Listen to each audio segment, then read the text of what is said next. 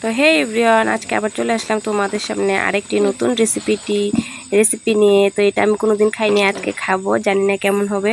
তো দেখতে থাকো। আমি প্রথমে প্যাকেটটা খুললাম, খুলে ওগুলাকে ছোট ছোট টুকরো করে কেটে নিলাম। আর দেখো কেমন লাগছে দেখতে।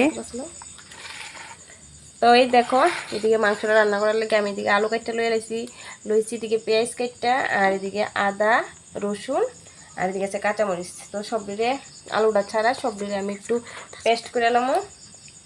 আর তেজপাতাটা আমার সোমবারের মধ্যে লাগবো। তো এবার দেখো, এই মাংসটিরে আমি ছোট্ট ছোট্ট করে পিস করে লইতেছি। তো এবার মাংস রান্না করার লেগে আমি যে পেঁয়াজ রসুন কাটটা এবার দিয়ে দেবো কড়াইতে। কড়াই দিয়ে একটু নাড়াচাড়া করি, তারপর ঢাকা দিয়ে দেবো।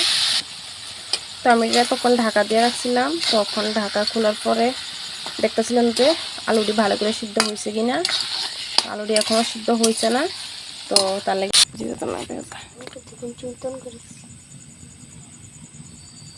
উঠতেছে। তো এবার আমি এটা দিয়ে দেবো কারি পেস্ট। রান্নাটা কমপ্লিট হয়ে গেছে গা, জানি না কেমন হইব খাইতে। তো খাইয়া টেস্ট করে অবশ্যই তোমরা রিভিউটা জানাবো যে কেমন হয়েছে। দেখো পুরা কিন্তু কারি পেস্টটা দেওয়ার পরে পুরাটা ঘন হয়ে গেছে গা। তো খাইয়া সেটা অবশ্যই জানাবো কেমন হয়েছে।